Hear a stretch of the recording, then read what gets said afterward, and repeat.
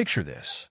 It's 1982, and Ford is about to launch a pickup truck that will quietly outsell nearly every competitor for decades. Fast forward to 2011, and that same truck, the mighty Ford Ranger, vanishes from American soil without warning. 8 years of silence. No explanation. No goodbye. And when it finally returns in 2019, it comes back as something entirely different, carrying secrets from 3 continents and battle scars from the world's harshest roads. This is not just the story of a truck. This is the story of betrayal, survival, and one of the most dramatic comebacks in automotive history. What you're about to discover will change how you see every Ford Ranger on the road today. The early 1970s marked a seismic shift in American automotive culture. While Detroit's giants remained intoxicated by chrome-laden, fuel-guzzling V8 behemoths, a silent invasion was underway. Japanese trucks, small, efficient, and relentlessly reliable, began appearing on construction sites and farm roads across America. Toyota, Datsun, and especially Mazda weren't just selling vehicles. They were selling a new philosophy. Good enough is actually good enough. Mazda struck first. The B500 arrived in 1961 with a humble 59 horsepower, but by 1972, the B1600 landed on American shores producing 94 horsepower. Modest numbers, but paired with Japanese engineering precision, these trucks worked sunrise to sunset without complaint. Meanwhile, Ford faced an impossible puzzle. The infamous 25% chicken tax, a political weapon disguised as trade policy, made importing small trucks financial suicide. Ford's solution? Make a deal with the enemy. In 1972, the Ford Courier emerged, not from Detroit, but from Hiroshima. This was essentially a Mazda B series wearing Ford's blue oval like a disguise. The Courier made no apologies for its origins. Its boxy, utilitarian design prioritized function over fashion. Visibility was excellent. The bed sat low and accessible, and every line screamed work truck rather than parking lot statement. Beneath its hood lived a 1.6-liter Mazda-engineered 4-cylinder churning out 94 horsepower. On paper, unimpressive. In practice, unstoppable. Mated to a lightweight body and a 4-speed manual transmission that felt agricultural but indestructible, the Courier became the blue-collar hero nobody expected. A rare 3-speed automatic existed for city buyers who valued convenience over character. The Courier's body-on-frame construction delivered a payload capacity of roughly 1,400 pounds, exceptional for a compact truck in an era when compact actually meant something. Its suspension was refreshingly simple, the kind mechanics could repair with basic tools in gravel driveways. Ford's unspoken motto for the Courier: if it runs, it works. By the second generation, 1977 to 1982, Ford began asserting its own identity, installing a 2.3-liter 4-cylinder borrowed from the Pinto lineup. The company even flirted with the future, experimenting with the Electra Van 750, an electric variant capable of 70 miles per hour with a 60-mile range. Ambitious, impractical, but undeniably forward-thinking. Running parallel to the Courier's quiet success, Ford engineers launched something extraordinary in 1976, Project Yuma. Not just another truck program, but an audacious declaration. By 1985, compact trucks would represent 50% of Ford's total truck sales. A staggering prediction that would have seemed insane just 5 years earlier. Ford's team approached Yuma with surgical precision, building not around corporate ego, but around real American customer needs. One non-negotiable requirement: the bed must accommodate a standard 4 by 8 foot sheet of plywood lying flat. Simple, practical, essential. Then came the aerodynamic revelation. The Ranger achieved a drag coefficient of 0.45, outperforming the Ford Mustang of the same era. For a pickup truck, this was revolutionary. Better fuel efficiency, reduced wind noise, and improved highway stability made the Ranger feel more refined than trucks costing significantly more. March 1982 witnessed the Ford Ranger's official debut at a starting price of approximately $6,200. What buyers received for that investment was remarkable: a payload capacity reaching 1,600 pounds, robust body-on-frame construction, and Ford's legendary twin I-beam front suspension. Mechanics loved it. Weekend warriors trusted it. Contractors depended on it. The engine lineup reflected Ford's understanding that one size never fits all. The base 2.0-liter Pinto engine served budget-conscious buyers. The 2.3-liter variants provided the sweet spot of economy and capability. The 2.8-liter V6 delivered real power, and later, the mighty 4.0-liter V6 arrived for those who needed to tow serious weight. Ford even offered Mazda and Mitsubishi diesel options, proof that international collaboration still shaped the Ranger's DNA. From the Ranger's bones, Ford constructed an empire.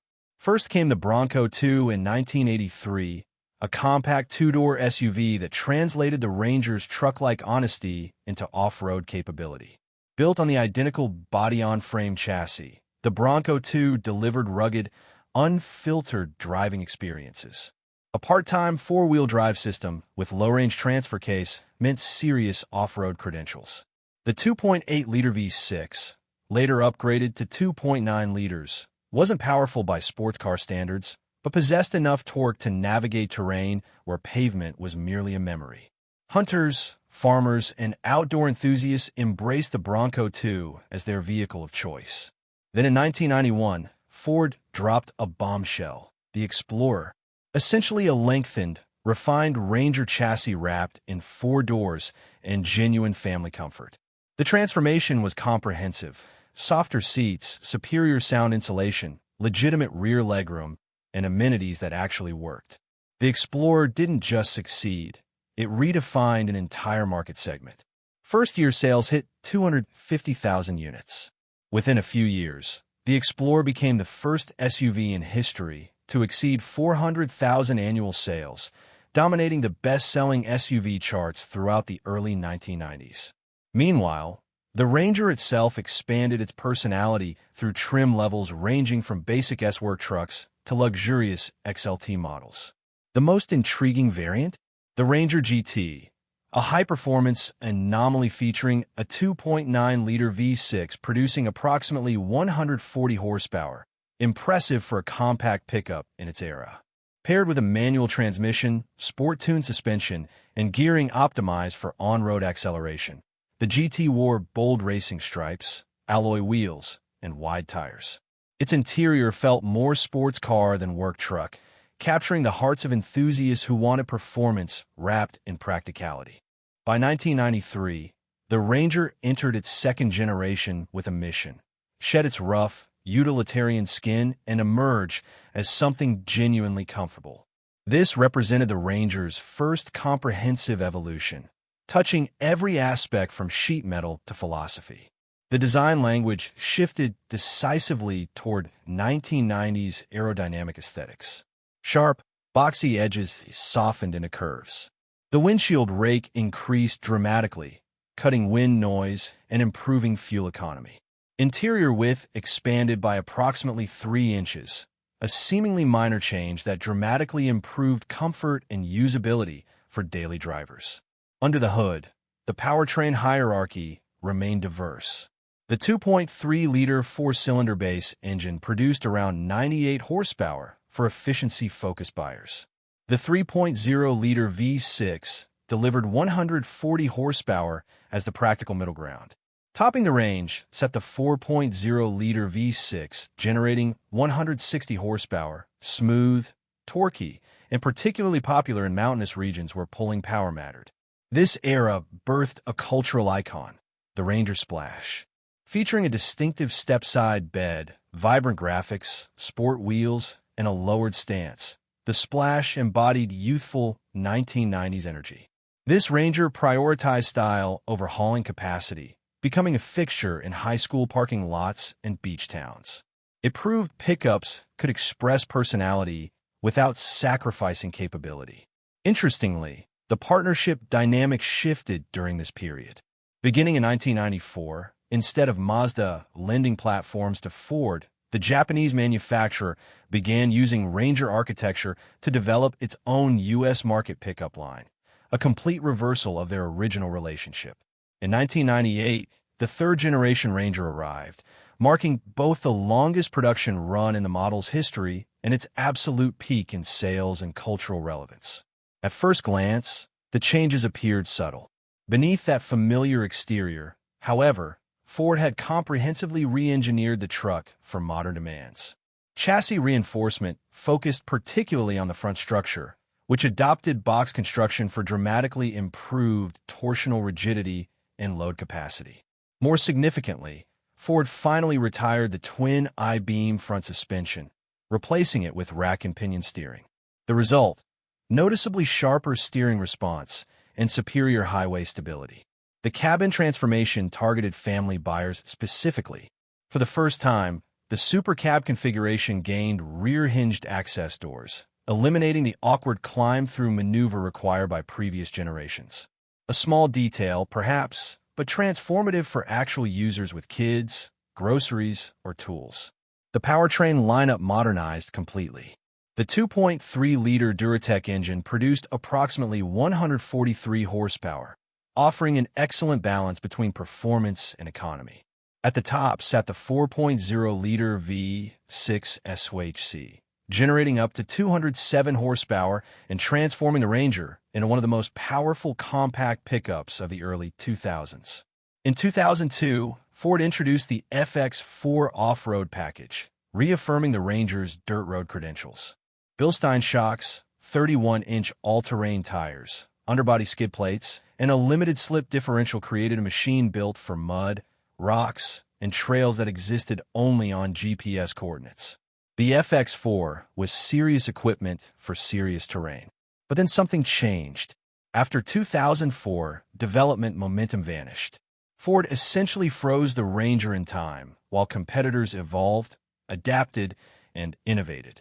Sales began their slow, inevitable decline, falling to approximately 55,000 units annually by the end.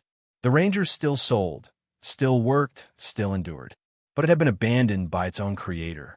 In 2011, Ford made a shocking decision: withdraw the Ranger from the U.S. market entirely. No fanfare, no explanation, just gone. Between the main generations, Ford explored fascinating alternative paths, testing ideas that revealed both ambition and confusion about the Ranger's true identity. The Ford Explorer Sport Track arrived in the early 2000s as an attempt to bridge an awkward gap.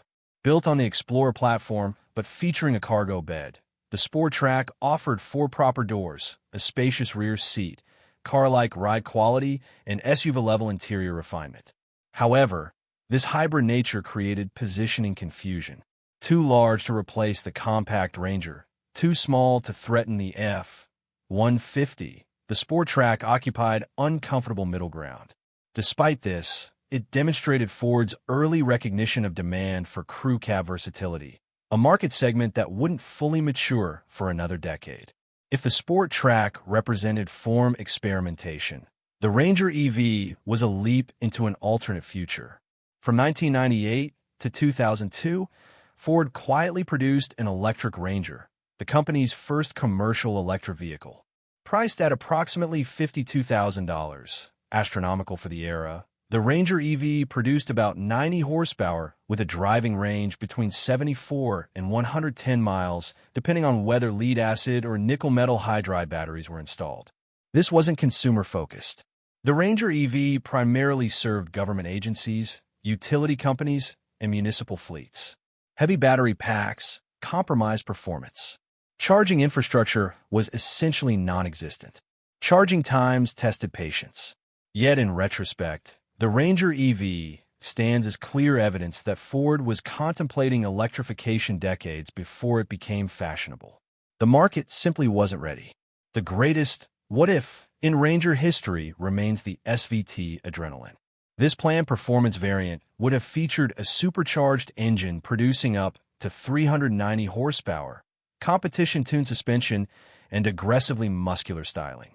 Had it reached production, the Adrenaline could have rivaled high-profile sport trucks of the early 2000s, potentially changing the entire compact performance truck landscape. Instead, Ford canceled the project. Official reasons cited cost concerns, But insider whispers suggested the real issue. Ford didn't want the Ranger threatening F-150 sales territory. The golden goose must be protected at all costs.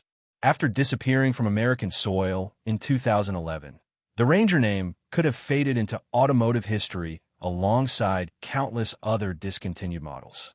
Instead, something remarkable happened.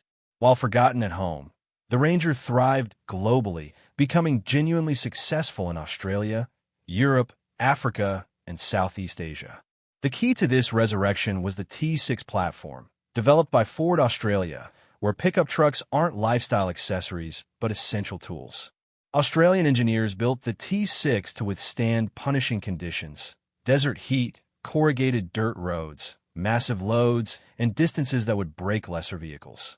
This was no longer a compact pickup in the traditional American sense, but a genuine mid-sized truck. Larger, more capable, more complete. During its American exile, the global Ranger evolved, improved, and built an international reputation Ford's domestic decision-makers had foolishly squandered. The truck that left America as an outdated relic returned as a battle-tested warrior, carrying lessons learned on 3 continents. In 2019, the Ford Ranger officially returned to the United States after 8 years of exile. This homecoming carried significance beyond mere product launches. Ford was admitting a mistake, acknowledging that abandoning the mid-size truck segment had been strategically short-sighted. The returning Ranger bore little resemblance to the 2011 model Americans remembered. Built on the globally proven T6 platform, powered by a 2.3-liter EcoBoost engine producing approximately 270 horsepower and paired with a sophisticated 10-speed automatic transmission, this Ranger represented modern truck engineering. It met current emissions standards without sacrificing capability, delivered genuine towing capacity, and rode more like a contemporary vehicle than an agricultural implement. Critically, Ford positioned the new Ranger correctly, not as a miniature F-150, but as a distinct mid-size offering for buyers who didn't need or want a full-size truck. The strategy worked. Long-dormant Ranger loyalists returned, joined by new customers who'd never considered Ford's truck lineup before. With the latest generation launched for the 2024 model year, the Ford Ranger marks its most significant evolution since returning to America. Built on the refined T6.2 platform, this Ranger wasn't merely updated, it was comprehensively reimagined while preserving core work truck values. Dimensionally, the 2024 Ranger increased in width with optimized wheel placement, dramatically improving stability during towing and off-road driving. Chassis reinforcement better handles torsional loads, supporting high-performance variants that would have stressed earlier platforms. The cabin transformation is immediately visible. A large vertical center touchscreen dominates the dashboard, backed by modern digital interfaces and noticeably higher quality materials throughout. Yet the layout remains resolutely practical, prioritizing usability over showroom flash. In the U.S. market, the Ranger continues using the 2.3-liter EcoBoost producing approximately 270 horsepower, mated to that excellent 10-speed automatic. This combination delivers strong acceleration, reasonable fuel efficiency, and enough capability for both professional use and daily driving. The 2024 Ranger doesn't try being a smaller F-150. It confidently stands as a mature, mid-sized truck on its own merits. The pinnacle of this generation is unquestionably the Ford Ranger Raptor. This isn't a trim package or appearance kit. It's an entirely different animal. The Ranger Raptor deploys a 3.0-liter EcoBoost V6 producing up to 405 horsepower, backed by full-time four-wheel drive, a specially calibrated 10-speed automatic transmission, and high-performance off-road suspension featuring Fox racing shocks. The Raptor was engineered specifically for deserts, rock trails, and terrain where GPS maps show nothing but blank space. But the Raptor represents something beyond capability specs. It's Ford's declaration that the Ranger has finally stepped out from the F-150 shadow. It's the performance variant the SVT Adrenaline should have been. It's proof that Ford finally understands the Ranger deserves investment, innovation, and respect. Looking back across more than half a century, the Ford Ranger isn't merely a vehicle line. It's a mirror reflecting how American automotive culture has transformed. From the courier carrying Japanese DNA to a distinctly American Ranger, to today's global platform truck, the Ranger has survived, adapted, and been reborn during moments when extinction seemed inevitable. Globally, the Ranger story is unambiguous success. Strong sales across Australia, Europe, Africa, and Southeast Asia prove its worth as a genuine working tool in some of Earth's harshest environments. In the United States, however, the narrative remains complicated. Throughout the 2000s, Ford Motor Company chose to concentrate resources on the F-150, its unquestioned profit champion, inadvertently starving the Ranger of development funding and creative energy. While the Ranger stood frozen, competitors didn't wait. That vacuum allowed the Toyota Tacoma to build an almost mythical reputation for durability, while the Chevrolet Colorado gradually rebuilt trust Ford had carelessly discarded. The Ranger, despite once dominating its segment, paid the ultimate price for corporate neglect, an 8-year exile from its home market. The return with T6 and T6.2 platforms demonstrates Ford has learned painful lessons. The modern Ranger is stronger, smarter, more capable, and finally positioned correctly within the midsize segment. But critical questions remain. Can the Ranger maintain momentum against newer generations of Tacoma and Colorado? Will Ford continue investing in evolution and innovation? Or will history's pattern repeat itself? If you've journeyed with us from the humble courier of 1972 through today's Ranger Raptor, you share our passion for authentic American automotive stories. These aren't just machines, they're chapters in cultural history, written in steel, sweat, and occasionally corporate mistakes. Like this video if you appreciate automotive narratives told with depth and honesty. Subscribe to ensure you don't miss our next exploration into Detroit's soul, into chrome and V8 thunder, into the bygone era when trucks were simple, honest, and built to last forever. The Ford Ranger's story isn't finished. Neither is ours. See you on the next road.